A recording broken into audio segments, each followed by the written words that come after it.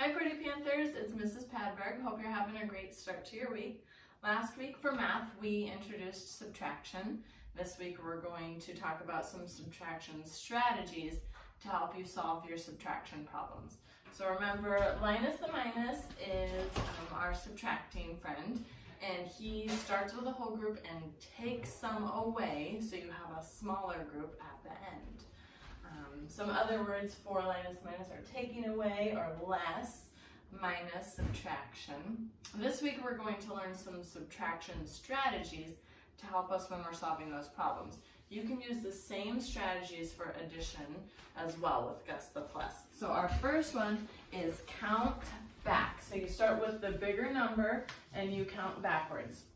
So let's say I had 7 cookies and I ate 3 of them. How many cookies do I have left? So you start with 7 and then you're going to count backwards 3 numbers. So 7, 6, 5, 4.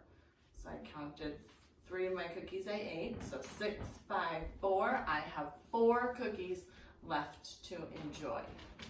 That one is more a strategy that you use in your head, but you can also use your fingers to help you count backwards.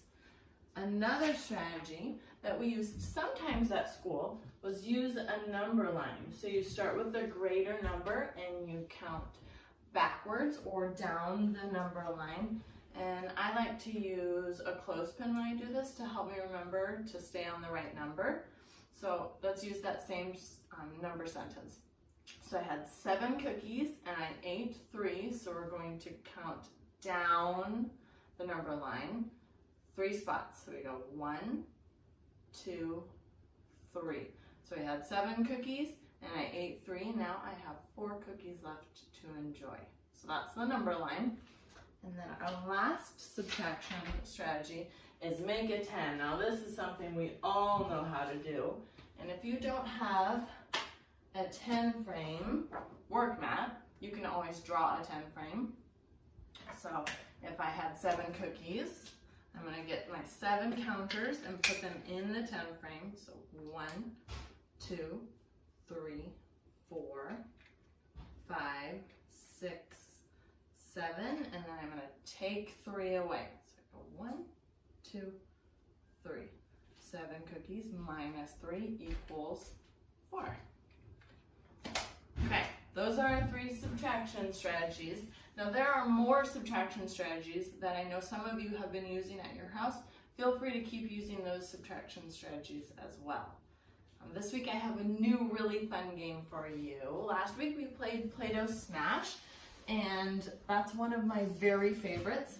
So if you want to keep on playing Subtraction Smash at your house, that is great.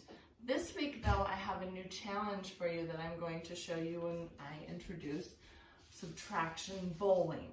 If you don't have bowling pins at your house, you can always make them. You can use toilet paper tubes or paper towel tubes, or take a piece of paper and roll it up and then just put a piece of tape or glue.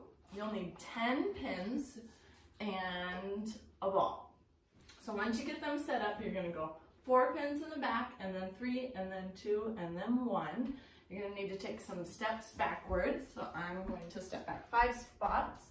1, 2, 3, 4, 5. You get down real low, and then you bowl. Now when you go up to it, be really careful not to knock down the pins that are standing, because this is going to be your subtraction sentence.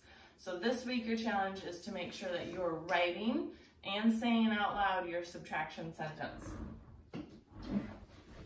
So this is my tool I'm going to use to help me write my sentence. It says I had 10 pins I knocked down. So now I'm going to count how many bowling pins I knocked down. I knocked down 1, 2, 3, 4, 5, 6, 7. So I'm going to write down I knocked down 7. Now I have how many standing. So I can count 1, 2, 3. Write the number 3, but another strategy is I can always X out the 7 that I knocked down. So 1, 2, 3, 4, 5, 6, 7. And then I can also count on here. 1, 2, 3 pins left.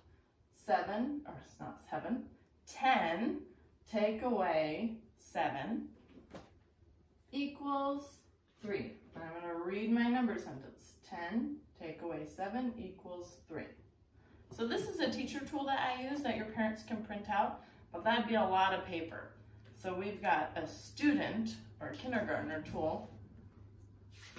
That'd be a little less paper. So you can practice playing multiple times. So 10 minus, I would do the same thing. I'd cross out 7 and then write my answer of 3. Then once you get done with that, you can set your bowling pins back up and play as many rounds as you want. Okay, so that's it for this week for subtraction, but we do have a check-in, so check back with me in just 1 second. Okay, here they are. We finally finished building our chicken coop. On the run back, this is their run where they hang out all day long. This is their favorite part of the day. We let them out in the morning and they get to range and forage for worms and seeds and nuts all day long, and then at the end of the day they go inside their coop, climb up the little ladder and go roost and sleep all together nice and safe. So this is the last week for the chick check-in because they're almost all grown up. Have a great week.